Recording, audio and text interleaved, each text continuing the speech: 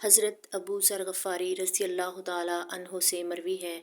انہوں نے فرمایا کہ مجھے محبوب دوست صلی اللہ علیہ وآلہ وسلم نے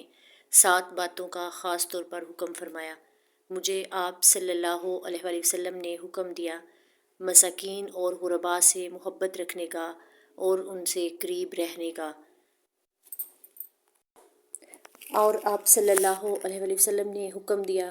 کہ دنیا میں ان لوگوں پر نظر رکھو جو مجھ سے نچلے درجے کے ہیں، اور ان پر نظر نہ رکھو جو مجھ سے اوپر کے درجہ کے ہیں۔ اور حضرت ابو ذر رضی اللہ تعالیٰ عنہ فرماتے ہیں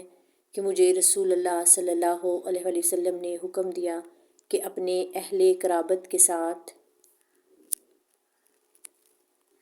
صلح رحمی کرو اور قریب کے رشتہ داروں کو جوڑو اگرچہ وہ میرے ساتھ ایسا نہ کریں۔